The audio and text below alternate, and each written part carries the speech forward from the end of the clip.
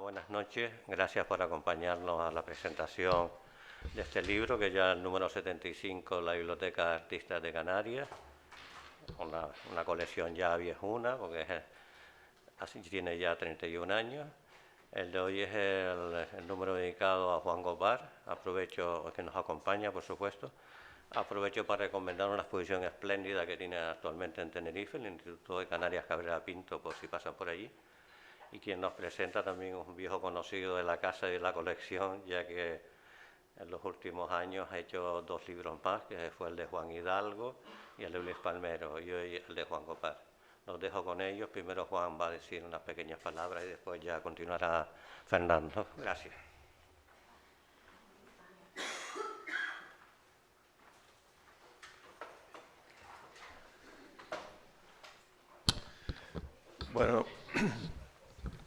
Bueno, buenas tardes, gracias por venir. Voy a quitarle muy poco tiempo a Fernando porque yo creo que lo que tiene que decir él hoy es más importante que cualquier otra cosa, pero sí quería yo adelantarme sin quitarle mucho tiempo para agradecer a Carlos la invitación a formar parte de la colección. Es una conversación que habíamos tenido hace tiempo, pero que se ha concretado ahora. Yo creo que es justo en el momento en que el libro se tenía que haber hecho. A veces uno tiene la impresión de que las cosas se hacen antes o después, y en este momento yo creo que han coincidido varias cosas, y por un lado que es un tiempo donde yo estoy haciendo como una reflexión más a propósito de mi trabajo, más de alguna forma más intensa. Ha estado la exposición de Fuerteventura, la exposición de Lanzarote, ahora la exposición del Cabrera Pinto, y en ese tiempo me ha acompañado Fernando.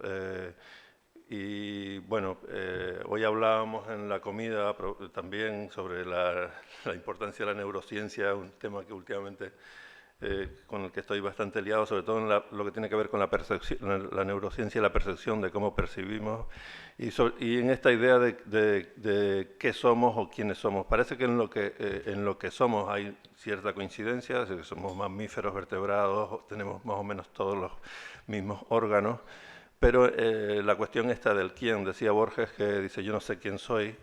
Probablemente soy los libros que he leído, las ciudades que he visitado, las mujeres que he amado. Y en este caso, la importancia también de la relación esta de los últimos casi ya 30 años, que son la edad que tienen nuestros hijos, Fernando y mía, que se ha hecho también más intensa en los últimos años. Soy una parte también de lo que he aprendido con Fernando.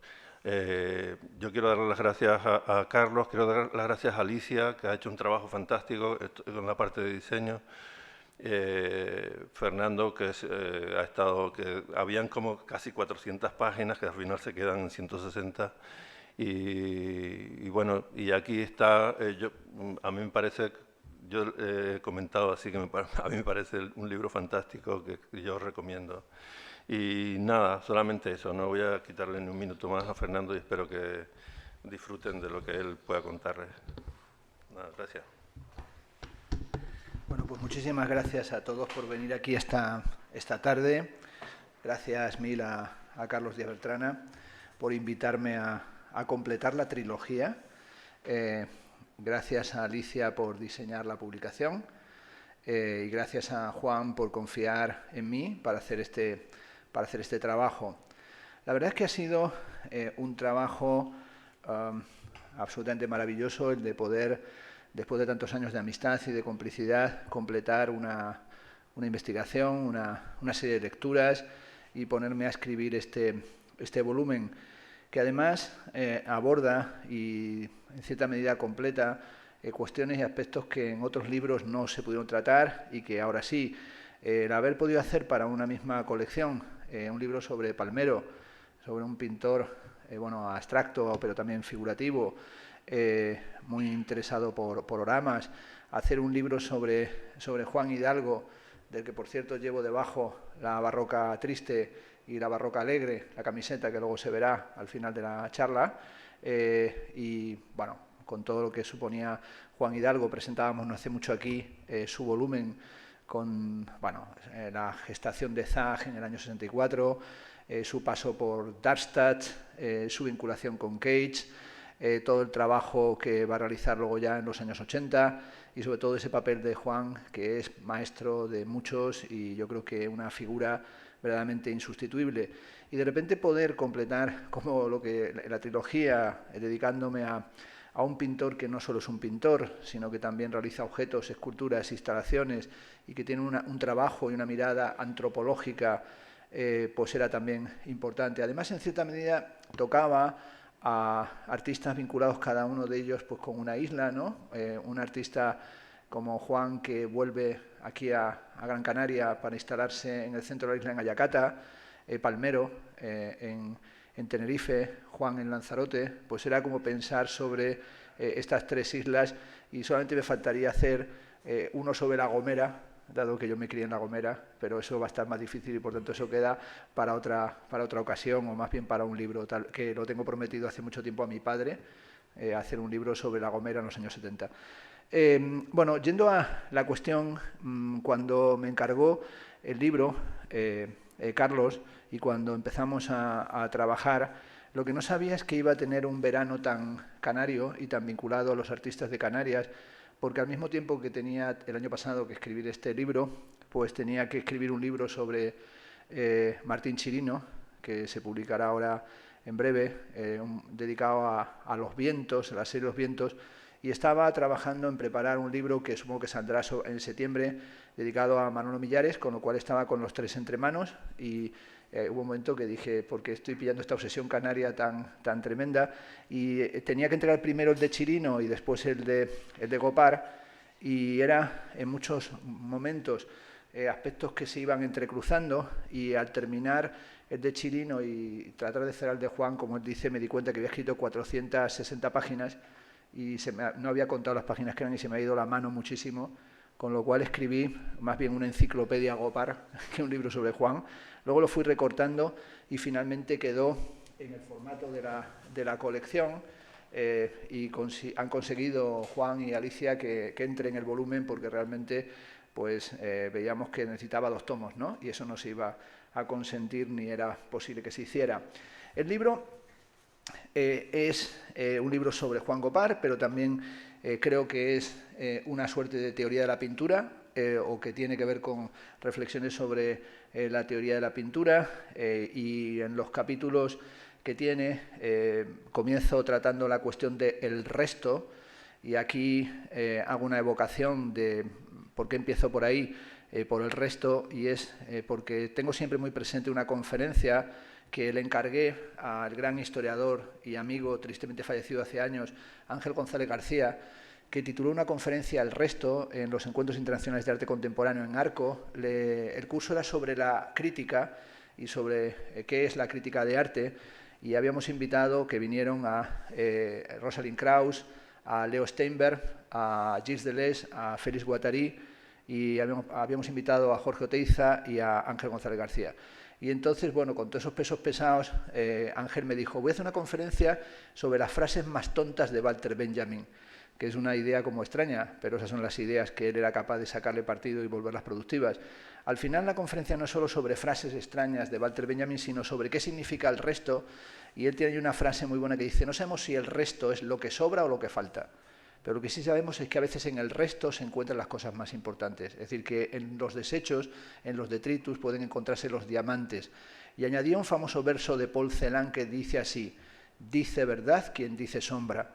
El objeto y el objetivo de la sociedad racionalista o de la Ilustración, la Aufklärung, fue iluminar el mundo, y el mundo está iluminado con luz de manicomio. Esa reflexión de Ángel González era un poco el arranque del libro, en el que luego pues, fui pensando las antinomias de la memoria en el área del archivo, el papel de los fantasmas en la primera pintura de Juan, la relación entre mapa y paisaje, la isla del viento, recordando el Lancelot de Spinoza, los relatos de viaje, los dones del exilio, las cabañas para pensar, qué significa hoy la comunidad, en tanto que comunidad imposible o comunidad venidera, cuáles son las operaciones metafóricas que pone en marcha el trabajo artístico. Hice un penúltimo capítulo titulado punctura de luz y sombras fantasmales, recordando una frase de Paul Cézanne, que decía Paul Cézanne: yo estoy muy interesado por la verdad en pintura. Bueno, esta cuestión de la verdad en pintura es lo que dio título al libro de Jacques Derrida, La vérité en peinture, la verdad en pintura, y él en un capítulo lo titula La verdad en punctura, jugando con la idea de el punctum de la pintura o los detalles de la pintura. Pensaba hoy, por no repetir lo que el libro dice, que allí está ya dicho, pues he modificado algunas ideas sobre Juan Gopar que voy a sobrevolar para estar pues un rato, unos minutos hablando de su obra, que también es aprovechar para convertirlo en una presentación, por lo menos en hablar y meditar sobre la obra de Juan Gopar. Y concretamente me voy a centrar solamente en un aspecto, que es este que llamo los dones del exilio, y que es en realidad el origen del libro, o el origen de la meditación que conduce al libro. Hace un tiempo, no mucho, Juan está preparando la exposición para el Centro Juan Ismael de Fuerteventura, y justamente en ese momento que él está trabajando para esa exposición, en la que también Alicia hizo el catálogo, y es una exposición verdaderamente extraordinaria, en la que Juan regresa de años sin exponer o sin presentar su obra en público, aunque ha seguido trabajando sin parar de forma incesante, pero hace una exposición que reinicia el ciclo actual en el que han venido las exposiciones del Centro Juan Ismael, la que acaba de hacer, que ha estado clausurándose ahora en Arrecife, la que está inaugurándose ahora la semana pasada en La Laguna, en Tenerife, y Juan vuelve con esa fuerza a presentar su trabajo.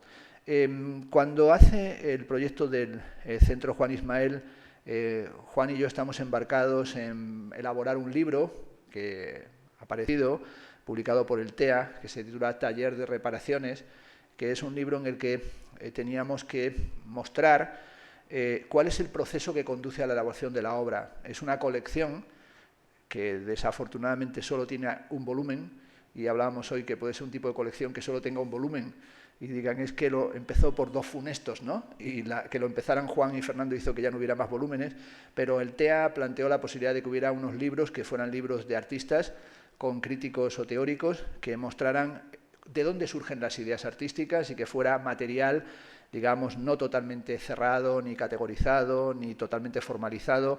Y ahí nos pusimos a trabajar en ello, y en realidad fue fruto de unas extrañísimas conversaciones, en parte en mi casa en Madrid, y luego un intercambio epistolar que también tomó un cariz verdaderamente demencial, porque apenas en una semana teníamos ya, ni se sabe, cientos de páginas, y aquello tomó un tamaño bestial, y ahí fue donde en realidad aparece Alicia.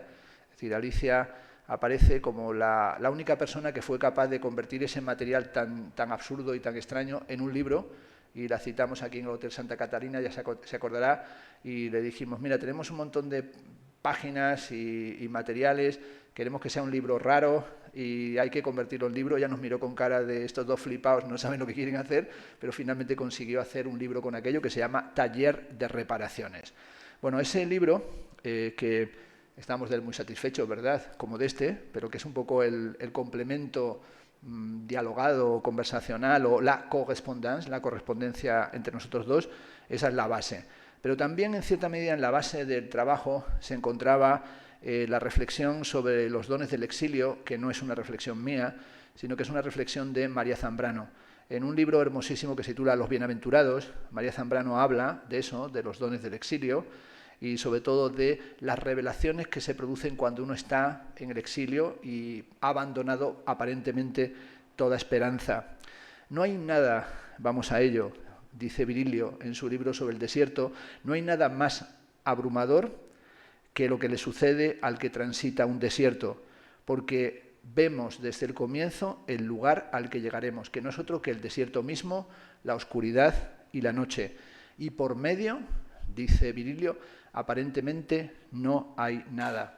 Esa sensación de que para hacer este libro y el anterior teníamos que hacer una suerte de travesía del desierto y tratar de conseguir estos dones del exilio, era algo que tenía que ver principalmente con algo que hoy se ha confirmado, y es que sin haber llegado a ningún acuerdo previo Juan y yo, el autor que citó y las palabras que puso en su boca nada más hacer su breve presentación fue precisamente a Jorge Luis Borges, y en cierta medida es también el autor que yo pongo por delante, ¿no? En el año 1945 Borges escribe el Aleph, y bueno, ahí hay un momento en el que el narrador dice lo siguiente. Como sabéis, es invitado a acudir a una casa porque en las escaleras que conducen al sótano se encuentra la visión completa del universo. Es decir, hay un punto en el que si te sientas y te tumbas verás todas las cosas al mismo tiempo. Todas las cosas al mismo tiempo y en relación entre sí. Ese punto que describe el Aleph, que es una rara invención borgiana, en realidad es una versión del ser de las Eneadas de Plotino. Es una versión de Plotino, es decir, el ente bullente, el ente en ebullición, en el que todas las cosas están conectadas entre sí, eso es lo que llama Borges el Aleph. Y dice así ese pasaje tan maravilloso: arribo ahora al inefable centro de mi relato. Empieza aquí mi desesperación de escritor. Todo lenguaje es un alfabeto de símbolos cuyo ejercicio presupone un pasado que los interlocutores comparten. ¿Cómo transmitir, se pregunta Borges, a los otros el infinito Aleph que mi memoria apenas abarca? Lo que vieron mis ojos fue simultáneo, lo que transcribiré sucesivo, porque el lenguaje lo es. Algo, sin embargo, recogeré. Borges recorre ahí todo un conjunto de enumerativo, hace una enumeración caótica, una selección arbitraria que, si lo contáis, son 50 imágenes absolutamente dispares. Lo que quiere presentar Borges es la variedad heteróclita e irreductible del universo. Es decir, lo que quiere presentar es el lenguaje como lo que acoge aquello que aparentemente no puede ser acogido. Así dice ese pasaje: vi el populoso mar, vi el alba y la tarde, vi las muchedumbres de América, vi una plateada telaraña en el centro de una negra pirámide, vi un laberinto roto, era Londres, vi interminables ojos inmediatos escrutándose en mí como en un espejo. Vi todos los espejos del planeta y ninguno me reflejó. Vi en el traspatio de la calle Soler las mismas baldosas que hace 30 años. Vi en el zaguán de una casa en Fray Ventós. Vi racimos, nieve, tabaco, vetas de metal, vapor de agua. Vi convexos desiertos ecuatoriales y cada uno de sus granos de arena. Bueno, continúa. Corto aquí. Vio el traspatio, me quedo con 2 imágenes, y vio el desierto. Esta idea de que Borges vio el traspatio y el desierto me permite pensar que vio lo que Juan lleva viendo prácticamente toda su vida, que es esa importancia que tiene para él el traspatio. En realidad, cuando empezó nuestra conversación para taller de reparaciones, lo que Juan me contaba era insistentemente qué es el traspatio y qué es el traspatio en su casa del Charco de San Ginés y el traspatio canario, y yo le dejé que me lo contara, cuando en realidad yo me conozco los traspatios de La Gomera, porque mi abuelo, que era padre de cura, pues tenía un mega traspatio donde hay de todo, ¿no? Y sobre todo Juan hablaba de ese traspatio familiar, que es, en cierto sentido, para Juan Gopar, un emplazamiento mítico. Es decir, es para él un emplazamiento mítico.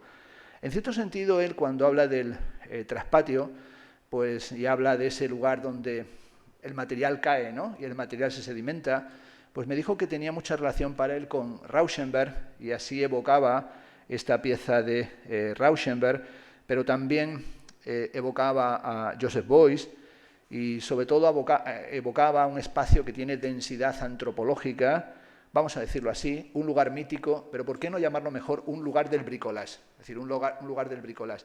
La palabra bricolage es siempre una palabra peligrosa, porque parece que el bricolaje fuera una rama del pensamiento vasco, porque siempre en los programas de Bricoconsejo son Pachi, Andoni y Mirenchu, y nunca Paco, Pepe y Tomás o Manolo, porque siempre es curioso, ¿no? Los programas de bricoconsejos de la tele son siempre vascos, ¿no?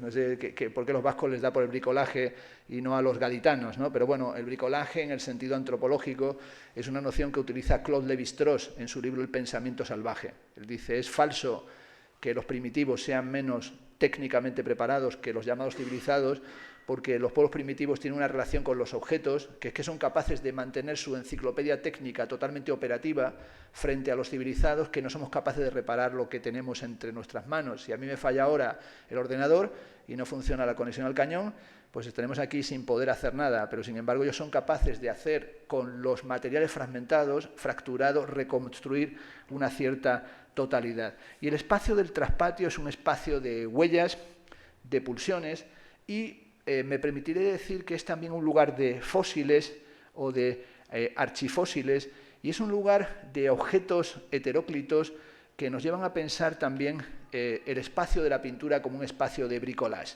En cierto sentido, Juan, que como pintor comienza en un momento en el que el debate de la pintura era el debate transvanguardista, o era el debate de lo que se llamó el retorno al orden, o el genius loci, es decir, la vuelta a la territorialización de la pintura después de los años tardomodernistas. Juan hace una pintura que yo creo que es una pintura que no ha sido todavía revisada académicamente de la manera oportuna, en la que lo figurativo es crucial, pero siempre hay en él también una suerte de mirada que revisa ese devenir de la pintura que llevó hasta el minimalismo, y sobre todo esa sensación de que el minimalismo sería el cierre de la historia de la pintura, pintura que se está cerrando y abriendo permanentemente. Por eso pensaba en Robert Ryman como un artista que está detrás de algunos cuadros de Juan, más minimalizadores que minimalistas, pero sobre todo ese muro de la pintura minimalista que tiene que ver con dinámicas hasta protestantes o que vienen de la Reforma protestante. Es algo que sonará raro, pero en cierto sentido el gran libro de Víctor Stoichita, su tesis doctoral, La invención del cuadro, pues habla perfectamente de cómo la Reforma protestante tiene que ver con la invención de la pintura y del objeto que llamamos la pintura, y sobre todo del marco y de la contextualización de lo pictórico. Por otro lado, en el libro, en el de la biblioteca y en el taller de reparaciones, he insistido en que en Juan hay una auténtica pasión por el pensamiento, y es un autor y es un artista totalmente interesado por los debates de la teoría contemporánea. Hoy, cuando nos sentábamos a comer en el triciclo, pues los que estuvieran al lado dirían: estos son unos frikis. Estábamos hablando de los problemas de la neurociencia contemporánea y de la relación entre el estómago y el cerebro, y los problemas cognitivos y de los skinnerianos contemporáneos, y yo creo que los de al lado nos miraban como diciendo: estos son unos enfermos mentales de primera categoría, porque ¿por qué no se ponen a comer y se dejan de dar conferencias en las comidas, ¿no? Pero bueno, Juan está siempre atento a ese debate, no porque sea un filósofo, que ni ningún sentido tiene serlo ni pretenderlo, yo tampoco lo soy, pero él sí tiene esa pulsión de lo que llamaríamos un pensamiento postfilosófico, que en el fondo retoma el problema de la destrucción del orden cartográfico y geométrico que se encuentra ya en la melancolía de Durero. Cuando acudí a la exposición del Centro Juan Ismael, descubrí una serie que desde entonces me tiene muy apasionado y que en el libro tiene bastante presencia, que es esta serie pictórica que evoca tanto a María Zambrano cuanto a Theodor Wiesengrund-Adorno, porque es una serie que se llama La vida dañada, ¿no? Y esta serie dedicada a la vida dañada, pues es un recuerdo de un gran libro, tal vez el más bello, y eso que Adorno escribió algunos que eran tremendamente bellos, que es el libro que se llama Minima Moralia, ¿no? Ese libro que escribe en el exilio americano, pero con la perspectiva de que todavía no sabe qué va a suceder en Europa, y cuando los nazis todavía están aplicando la solución final, ¿no? Y esa pintura de Juan es sobre todo una pintura que, aunque yo me interesaba mucho por su obra, no conocía hasta que vi la exposición en el Centro Juan Ismael, y me interesaba mucho como una pintura en la que son centrales los detalles, ¿no? Es decir, cuando uno analiza su trabajo, el trabajo de la pintura, pero también de los objetos, de las casas, de las construcciones, son cruciales esos detalles. Y tal vez aquí nos recuerda esa famosa fórmula que utilizó Avi Warburg cuando dice que el buen Dios está en los detalles. Por eso, cuando escribí el libro, estuve muy obsesionado atendiendo a pequeños detalles, a esos detalles que son fundamentales en la pintura y en el cuadro, pero detalles que en cierta medida pensé que eran detalles, me atrevería a decir, dialécticos, es decir, como detalles que tenían una tensión dialéctica, y sobre todo la obra de Juan como una obra de detalles, puntualizaciones, bricolajes, que tiene que ver con una pasión exploradora, es decir, con su voluntad de explorar. Gregory Bateson, el gran antropólogo, tiene ese libro Pasos para una ecología de la mente, bueno, y que fue uno de los padres en realidad del pensamiento neurocientífico contemporáneo, es el que trabajó la famosa idea del Doppelbind, doble nudo. La exposición última que hizo Juan Muñoz, la que hace para la Tate, se titula Doppelbind at Tate Gallery, doble nudo en la Tate Gallery, que además, aunque mucha gente no lo sepa, pues ha sufrido y puede sufrir el doble nudo. Ese término lo aplica él al análisis de la esquizofrenia, pero no solo a la esquizofrenia, sino al doble nudo, que es querer y no querer una cosa al mismo tiempo. Desear algo que no quieres desear. Y esa situación en la que estás en el nudo, en el doble nudo de algo que la pulsión te lleva, pero que sabes que deberías evitarlo, es en realidad fruto de la mayor parte de las tensiones que caracterizan nuestra existencia. Esa noción de doble nudo, de double bind, es la que utilizan Deleuze y Guattari al comienzo de 1000 mesetas en el famoso pasaje que se llama rizoma. Bueno, esa es la dimensión de Bateson, que dice: un explorador es aquel que no sabe lo que está explorando hasta que lo ha explorado. Esa es la metodología de Juan. Es decir, es un explorador que no sabe lo que está explorando hasta que lo ha explorado. El viaje, dice Guy de Maupassant, es una especie de puerta por la que salimos de la realidad para penetrar en una realidad extraordinaria que parece un sueño. En ese sentido, la obra de Juan, cuando empiezas a trabajar sobre ella, es una obra un tanto nebulosa, es como una niebla. Aquí no lo desarrollaré, me gustaría recordar que la niebla tiene una importancia decisiva al comienzo del Capital de Carlos Marx, ¿no? Es decir, Perseo utiliza la niebla, y cuando persigue a los monstruos utiliza para protegerse la niebla, el poder de taparse con niebla, pero sobre todo la importancia que tiene esa niebla. Como decía Ortega, tan importante es la niebla como el humo que sale de una chimenea, porque nos permite entender qué dirección tiene el viento. Esta dirección del viento y este uso de la niebla o de lo enigmático en la obra de Juan Gopar es algo fundamental, sobre todo en esta idea suya del trabajo como exploración y como viaje, y sobre todo como un viaje que va creando constantemente un territorio mítico. Aquí recuerdo el maravilloso libro de Bruce Chatwin, Los trazos de la canción, sobre los desiertos de los aborígenes australianos, y el otro es un GIF de Stalker de Tarkovsky, en el que cuando está recorriendo los desiertos de los aborígenes australianos, Chatwin les ve hacer canciones permanentemente y les pregunta: ¿qué significa la pintura de tierra? Y dice: la pintura de tierra no es una pintura de tierra solamente, son mapas de sueños. Es decir, no describen el territorio, describen los mapas de sueños. Y los mapas de sueños son mapas de canciones. Y les pregunta: ¿pero por qué suenan todas las canciones tan parecidas, las canciones aborígenes? ¿Cuál es el tema? Y tardan un día en explicar una canción. Dice: ¿se puede resumir? Y dice: sí, solamente tiene un tema.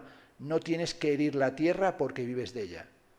Bueno, es decir, si hieres la tierra te estás hiriendo a ti mismo. Eso le llevó a Chatwin a decir: anda, pero este es el tema de Das Lied von Herde, la canción de la tierra de Gustav Mahler. A lo mejor los aborígenes pueden ir cantando por los desiertos la canción de la tierra. Tú imagínate, ¿no? Ellos tenían sus canciones, porque tienen también sus mitos. Y esos mitos son los mitos de qué es lo que hacemos cuando caminamos, qué es esta tarea del wallscapes, del vagabundeo, del caminar, de seguir los trazos de la canción, de andar al pairo, de andar a la deriva, y sobre todo de buscar una máquina para caminar, o esta arquitectura itinerante, que es la particular máquina nómada de Juan Gopar, que es un poco el carro de Manolo Escobar, versión Juan Gopar, ¿no? Entonces le tenemos aquí, ¿no?, arquitectura itinerante, que es una pieza verdaderamente extraordinaria, ¿no?, de sus trabajos. En realidad, cuando ves esta imagen, esta obra de Juan Gopar, si uno busca la foto de la imagen del carro de las estepas del Asia Central, que está en 1000 mesetas, en el Tratado de Nomadología, es exactamente el mismo carro. Es decir, es la máquina nómada de aquellos que frente al espacio burocrático piensan que el espacio no está totalmente roturado, sino que es un espacio liso y quieren ir más allá del bosque. Ese es el paisaje de Juan Gopar, un artista que está siempre pensando y dando vueltas al paisaje en su pintura, pero también haciéndolo o montándolo en una forma que tiene que ver con lo romántico o con cómo pensar hoy el romanticismo sin ser romántico, lo pongo entre comillas, porque bueno, el romanticismo, como todo el mundo sabe, es la forma más extrema de lo reaccionario. Es decir, cuando alguien dice que es romántico, pues en realidad es un reaccionario, aunque no lo sepa, de tomo y lomo, porque sencillamente es un retardatario. Cuando uno disfruta, y todos disfrutamos, con la pintura de Caspar David Friedrich, El monje ante el mar tempestuoso, El mar de nubes, La cruz de oro en las montañas, lo que uno tiene que pensar es que esos románticos están dando la espalda a la modernidad, es decir, que eran contemporáneos de la industrialización, por lo tanto huían de la ciudad, y tal vez el único modo de ser romántico es serlo a la manera antirromántica en la que lo era Baudelaire, es decir, no seguir esa pulsión del romanticismo.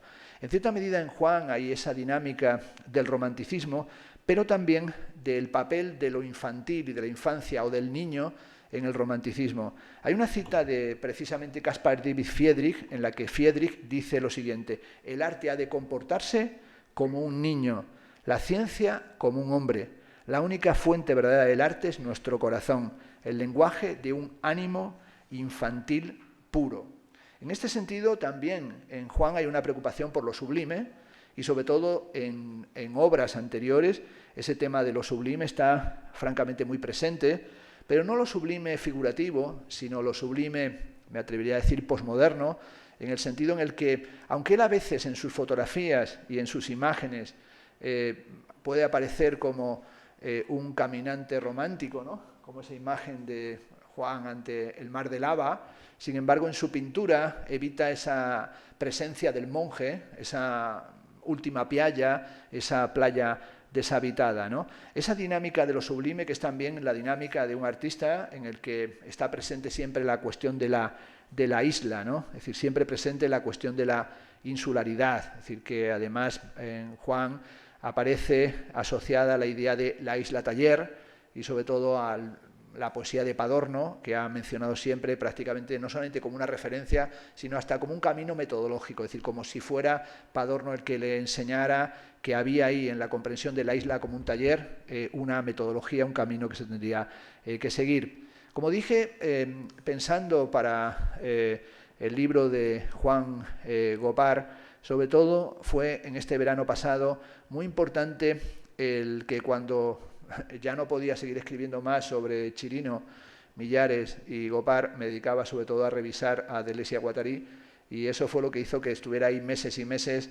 En las pausas, cuando me aburría de escribir, me ponía a leer a estos dos y a hablar sobre ellos dos, y entonces entré en una especie de fase así medio esquizofrénica, y sobre todo esta dinámica de la ecología de la mente de Bateson, el libro del 72, me sirvió muchísimo, ¿no? Sobre todo tiene ahí un término que es la noción de esquizomogénesis, que es una noción fundamental, en la que él lo trató haciendo un trabajo de campo en Nueva Guinea, y en él encontró la idea de meseta, el trabajo sobre la noción de meseta, en el que dice que se trata de encontrar zonas de tensión en las que un trabajo simétrico tiene un cambio de intensidad. Es decir, la meseta es una meseta que también es una fractura y sobre todo genera un clímax, y ese clímax llama a una superación.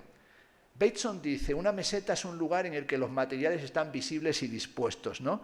Esa disposición de los materiales es una disposición de materiales heterogéneos o de materiales disruptivos, que son los que Juan utiliza para hacer sus construcciones, esto que llamaremos construcciones, en las que en muchos casos son materiales casi pulverizados, ¿no? Como una imagen espectral del polvo, como esta, que es la famosa fotografía de Man Ray, del Grand Verre, del gran vidrio de Marcel Duchamp, en el estudio de Nueva York, el momento en el que él dejó que el material, la porquería, los detritus del mundo se fueran sedimentando, y lo hizo, como sabéis, para conseguir pintar sin pintar, porque bueno, era la fase extrema de Marcel Duchamp contra la pintura retiniana, contra el olor a trementina. Esto en las conversaciones con Pierre Caban es bastante ácido, cuando dice Duchamp que todo surge de una ocasión en la que le dijeron que había una frase que decía tonto como un pintor, y dijo, yo no quería ser tonto, entonces tuve que dejar de ser pintor, ¿no?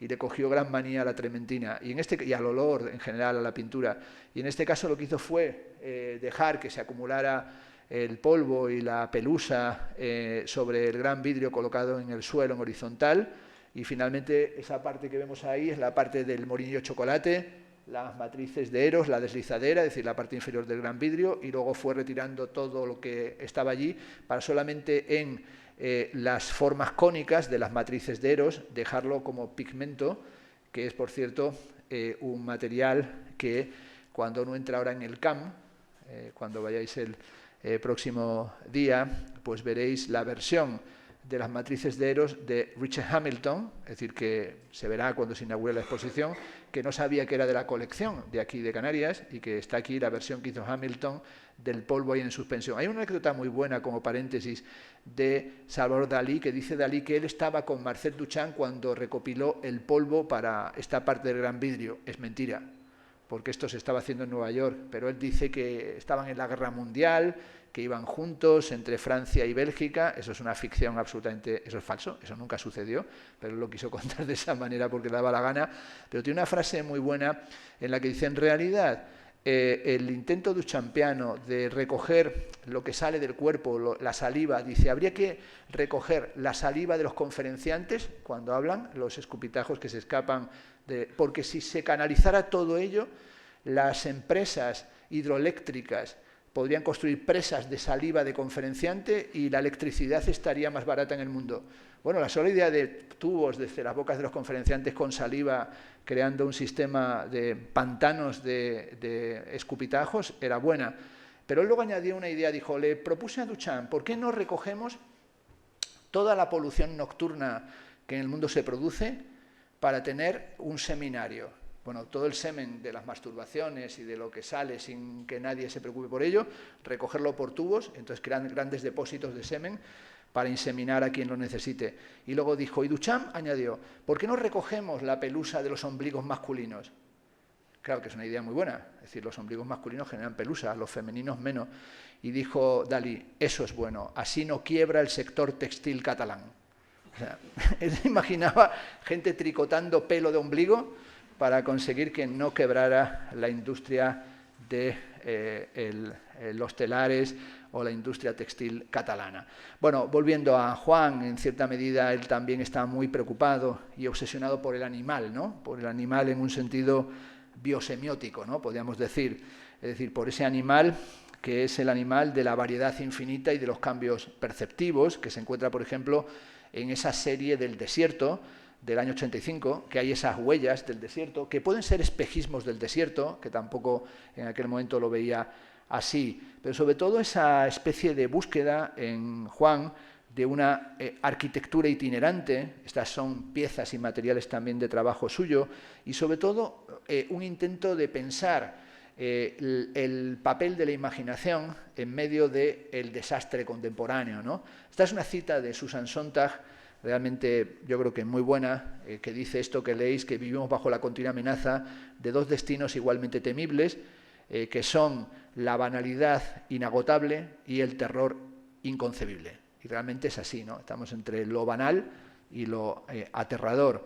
Y sobre todo en un proceso continuo de experiencias traumáticas, ¿no? De explosiones de ira, de intentos de negociación, pero sobre todo de las fases del duelo, ¿no? Esas fases del duelo que son reacciones subjetivas, pero también a veces colectivas, y que son experiencias traumáticas que en el caso de Juan están encriptadas, ¿no? Es decir, que están encriptadas, no están banalizadas o presentadas banalmente.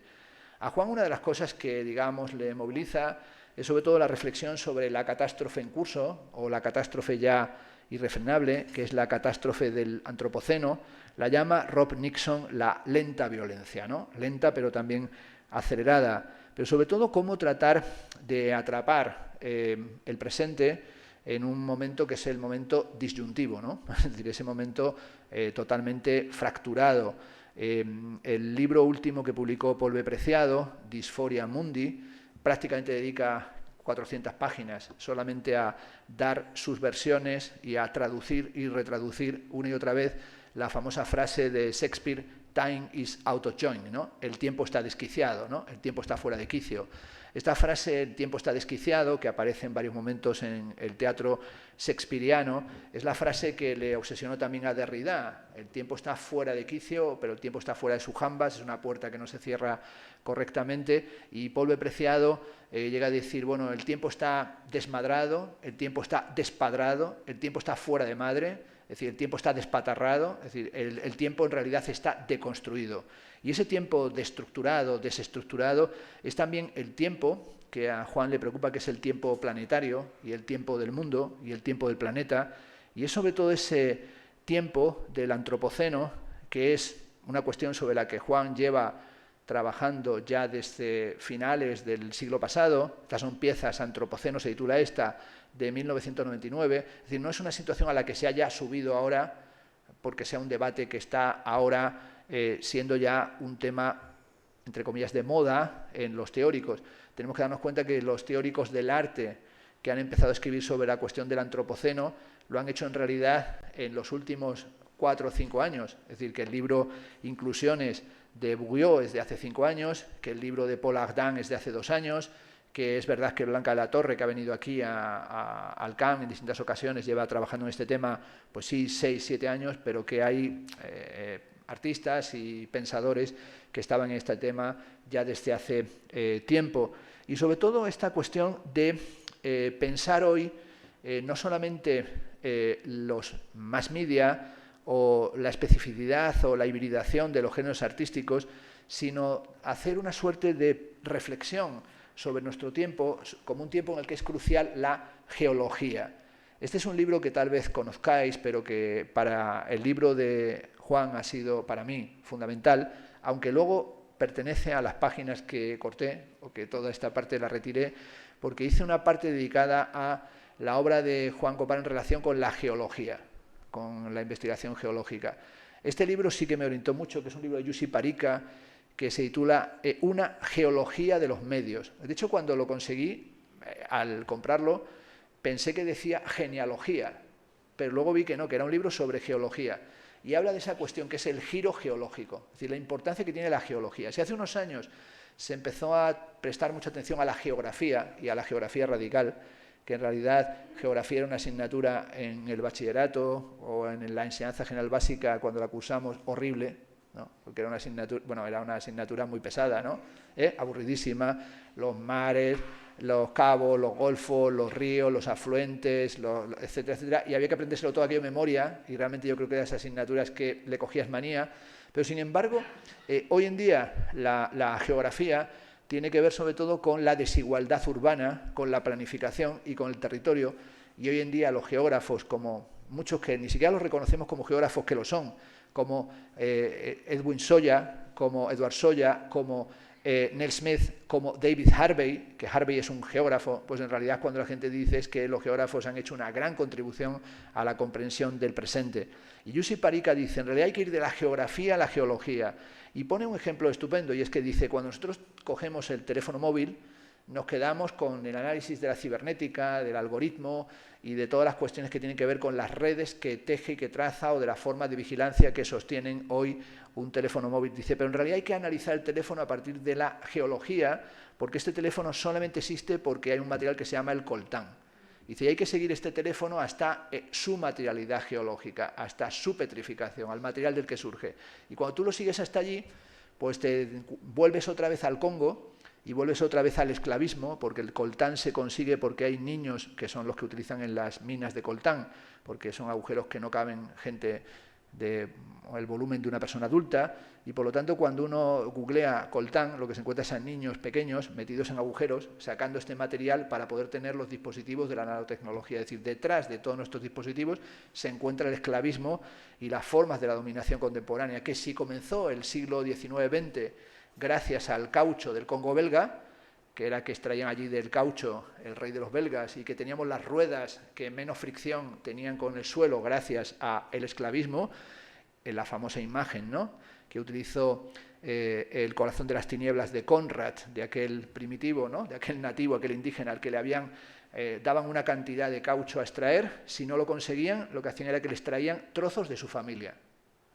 Mutilaban a su familia y le traían trozos de su familia, Y entonces hay una famosa fotografía que está un hombre con trozos de sus hijos, sus pies y sus brazos cortados delante de él porque no había conseguido extraer el caucho que le correspondía. Es decir, los otros son mutilados mientras tú vas cada vez más rápido. Por eso la frase futurista de que un automóvil a toda velocidad es más bello que la victoria Samotracia, para ti, ¿no? Tú vas cada vez más rápido, ellos cada vez irán más lento o sencillamente no tendrán extremidades con las que caminar. En ese giro geológico en el que Juan lleva años dándole vueltas, es decir, en ese giro de la materialidad del mundo, en cierta medida es una reflexión sobre el campo y la ciudad y sobre los territorios que aún no están construidos. Es el tema de la exposición Countryside, the Future, que es la exposición que montó Kohlhaas en el Guggenheim, que es la segunda exposición que él hizo en el Guggenheim, la primera fue Delirious New York. Esta la montó en el 2020 sobre el papel del campo y de la naturaleza y de lo no construido, justamente 10 días antes de la pandemia de la COVID. Se clausuró, los que nos habían invitado a la inauguración, a las preinauguraciones fuimos y ya nadie más la pudo ver hasta después del COVID, que se volvió a abrir la exposición, y que es una exposición sobre la cultura de la congestión y de la descongestión, es decir, la deceleración. Y por tanto es una reflexión sobre el calentamiento global y el gran relato del calentamiento global, es decir, sobre el mapa del mundo, ¿no?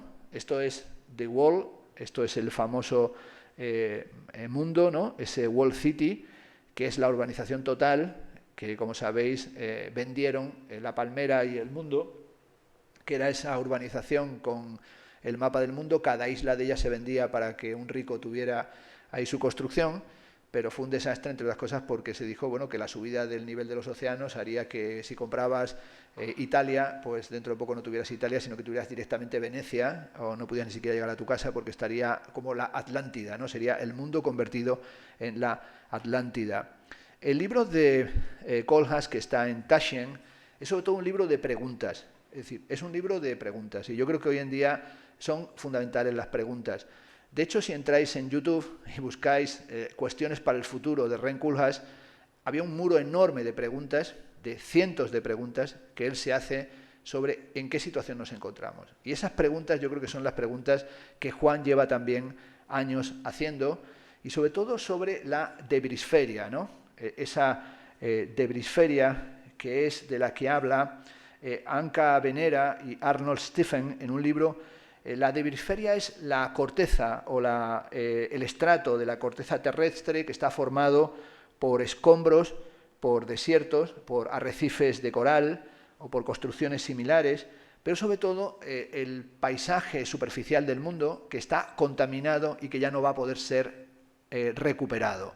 Esa debrisferia es, en cierta medida, el espacio sobre el que Juan trabaja constantemente, creando sus cabañas, y sobre todo pensando este mundo que es un mundo de mares de plástico, ¿no? Es decir, de espacios para cultivar en lugares que nunca se había cultivado.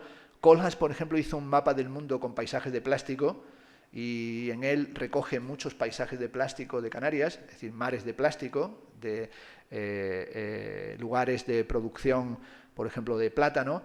Y, por ejemplo, uno de los mares de plástico que más le obsesionó fue el de Almería, ¿no? Que cuando uno viaja y recorre o vuela por encima de la provincia, pues lo que ve es un paisaje continuo de plástico, ¿no? Es decir, ya no existe el suelo, solamente existe el paisaje de los invernaderos. Una especie de paisaje de ciencia ficción.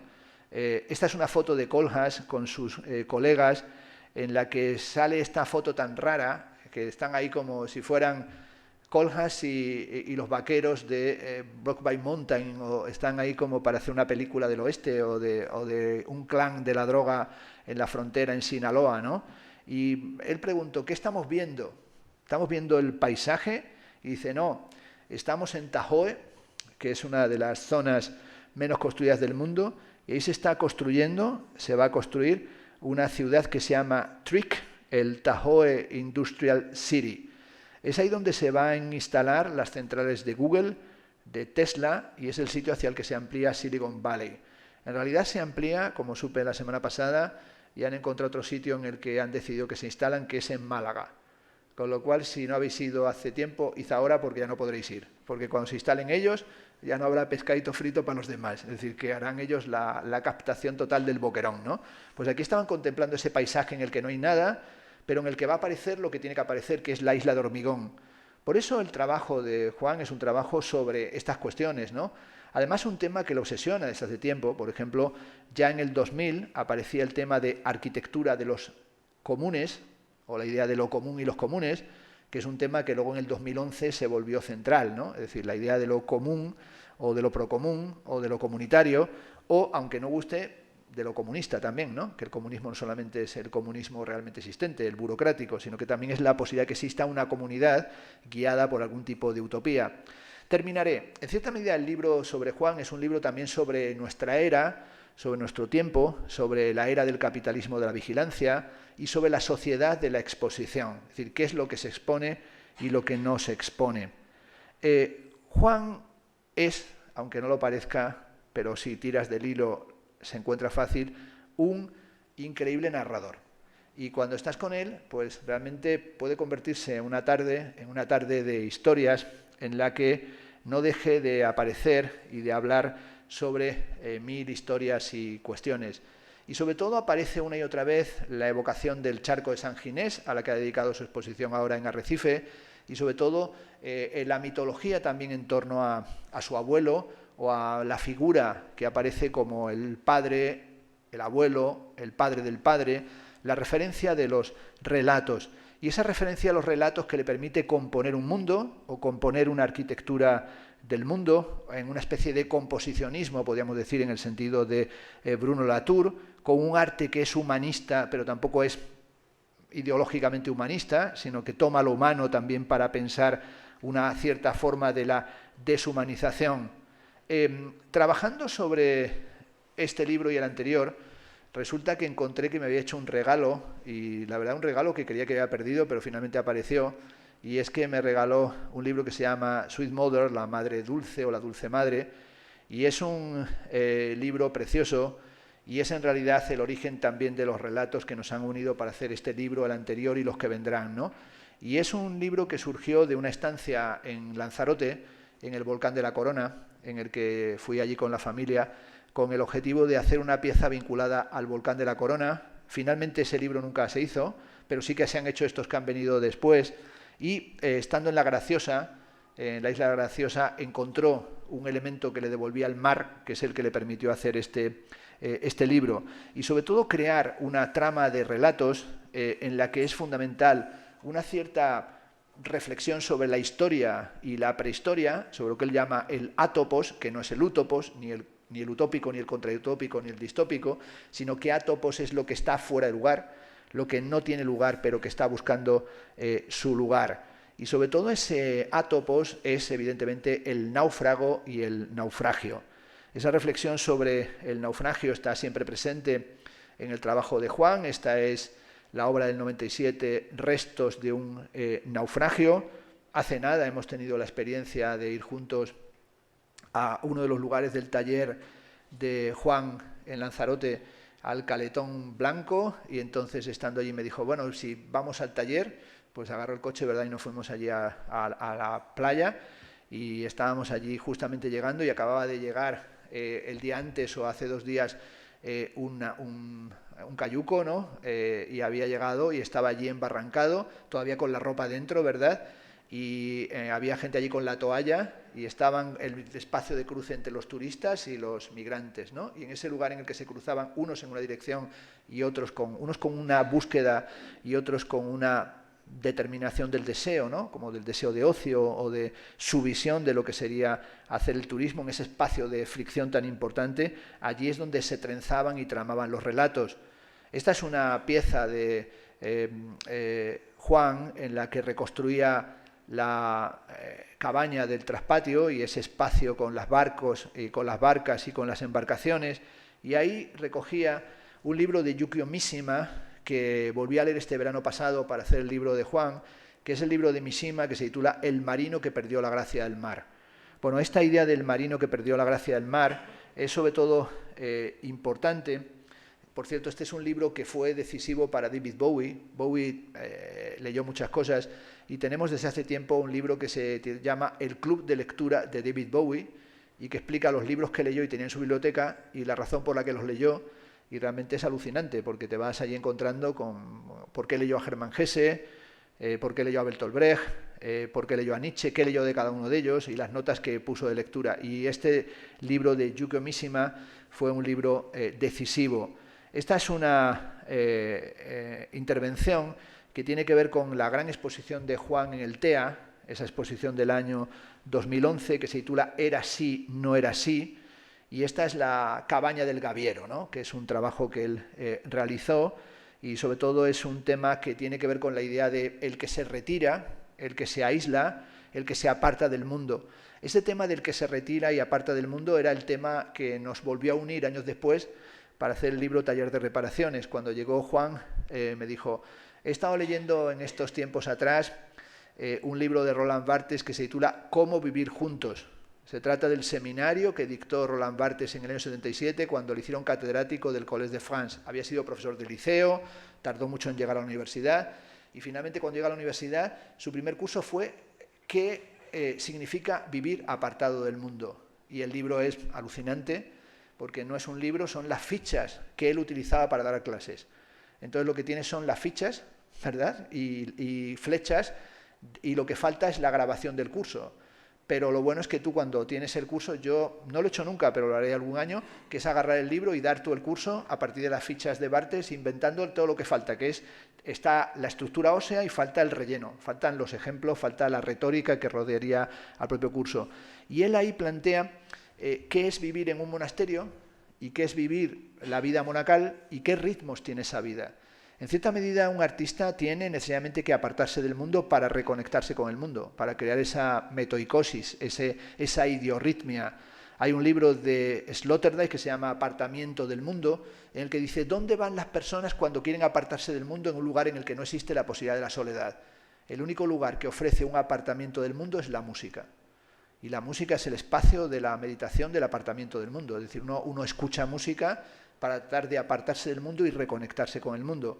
Y eso es lo que en cierta medida buscábamos en el libro y en las exposiciones con Juan, el arte como un mensaje en la botella, como en esta pieza del Solar de las Macetas del 2015.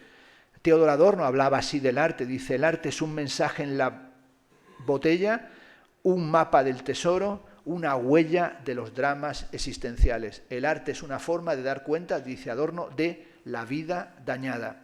Poco importa que el arte sea casi nada, porque tampoco importa eso, nada. Como decía Beckett, fracasa otra vez, fracasa mejor. Como en el grabado de Goya, ¿no? Como en ese grabado de los desastres de guerra, con esa figura que es ya como un cadáver, ¿no? Reducido ya a la pura osamenta, ¿no? Sin apenas piel, descompuesto, con esa página que vemos ahí, esa página en la que cuando uno ve el ejemplar, por ejemplo, de la Cartografía Nacional, el personaje está escribiendo, ha muerto, pero ha escrito una última palabra en esa hoja y lo que leemos es nada, ¿no? Es decir, este es Goya, ¿no? Nada. Es decir, finalmente no importa que todo se convierta en nada. Goya parece ser que un obispo, el obispo de Granada, cuando vio este grabado, se enfureció y le escribió y le dijo, este grabado es una defensa aberrante del ateísmo. Es decir, con esto no podemos predicar. Es decir, muere y al final no hay nada. Es decir, no hay posibilidad de la resurrección.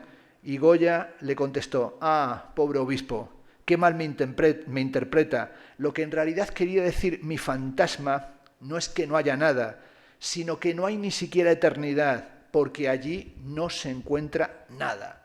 Solo, pobre obispo, la sabiduría trágica. Es decir, le dijo, ¿qué quería? ¿Dar un sermón? Aquí lo tiene. Nada. Esto es sin esperanza. Pero aunque no haya esperanza, todavía hay un claro del bosque. Por eso, cuando hice el libro, quise ir más allá y termino de la nada o del nihilismo, volviendo a una serie que es antigua, o por lo menos ha pasado años, ¿no? 1985. Esta serie se llama Lo hondo del estanque, claros del bosque. Es claramente una referencia a María Zambrano y también, bueno, a la pasión por la poesía de Juan, porque hablar con él es siempre hablar de poetas, ¿no? De José Ángel Valente, de Ullán, de Valéry, es decir, es hablar de la poesía. Y finalmente, por eso le di tantas vueltas a los dones del exilio, es decir, al libro de María Zambrano. Además, por una razón fundamental, y es que algunas partes de los dones del exilio pues son partes que yo escuché, quiero decir que escuché de su boca. Entonces, pues pude asistir a los momentos en que dictaba estos libros y, por lo tanto, algo siento que resuena en mí cuando pienso en estos libros, ¿no? En el libro de los dones del exilio, María Zambrano habla de su exilio, su condición de exiliada, pero sobre todo también me pareció interesante porque Juan, cuando hizo la exposición del Centro Juan Ismael, piensa el exilio de Unamuno, y de hecho en el catálogo recoge unos textos de Unamuno en el exilio. Dice María Zambrano, y cerramos con eso, en el exilio comienza la iniciación, comienza el abandono, el sentirse abandonado, cuando no hay refugio, cuando el refugiado busca amorosamente un lugar en el que hacerse un hueco, el expulsado, primero de la patria, después de la casa, después de su cuerpo, llega al lagar de la propia miseria. Y el destierro y el desterrado se siente siempre sin tierra, la suya y la ajena.